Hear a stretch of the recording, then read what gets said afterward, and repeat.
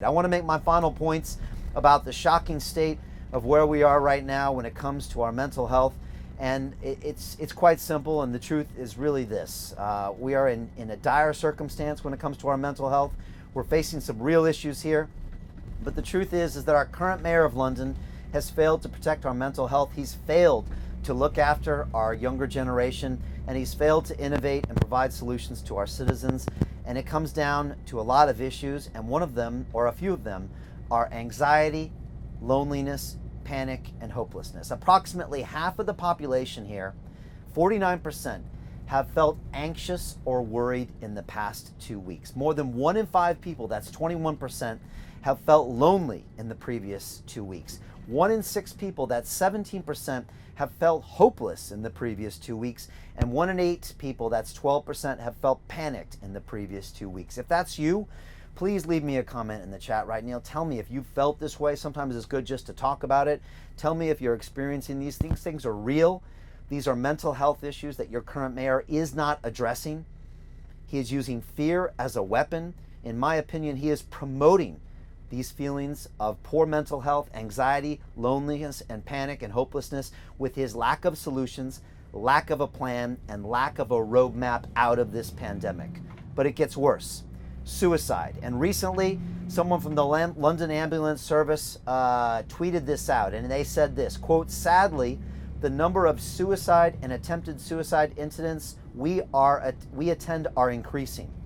And they went on to say, quote, "Our crews now attend an average of 37 suicides, or attempted suicides per day." That's right here in London, compared to 22 in 2019 and only 17 5 years ago. Imagine that, going from 17 to 37 in only 5 years. This clearly shows we have a problem. And the Samaritans, which is the largest mental health charity here in the UK, describes this trend, particularly amongst young people, as quote unquote extremely worrying. All right.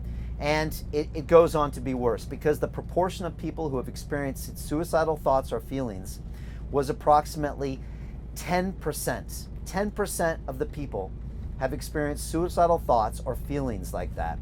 But young people, it gets even worse. If you are aged 18 to 24, that number goes up to 19%.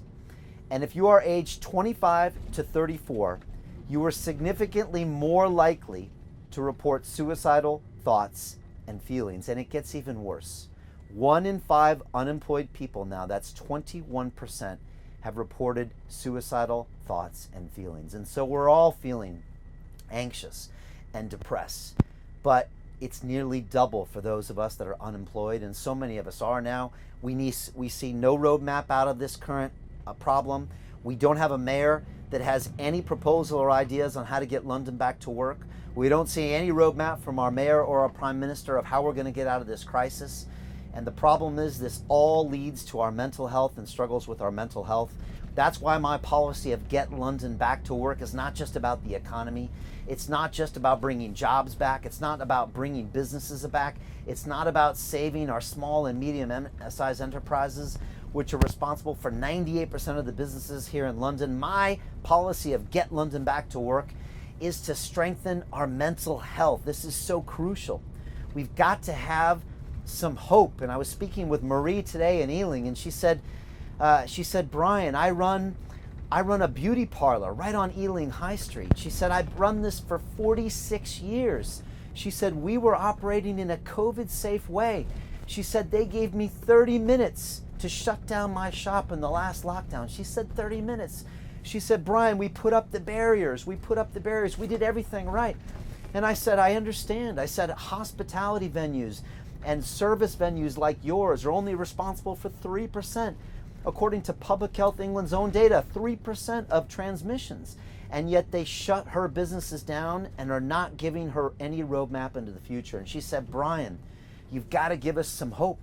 You've got to give us some type of indication of when we can come out of this lockdown." I said, "I know how you feel. You've got to hire individuals. You've got to invest capital. You've got to pay for advertising." She says, "Yes, I want to get back in business. I need it for my mental health. I need it for the community. I need it for my employees. And so that's why my policy of getting London back to work is more than just economics. It's more than just entrepreneurs. It's more than just about jobs. It's providing solutions to our mental health and something our communities so desperately need. And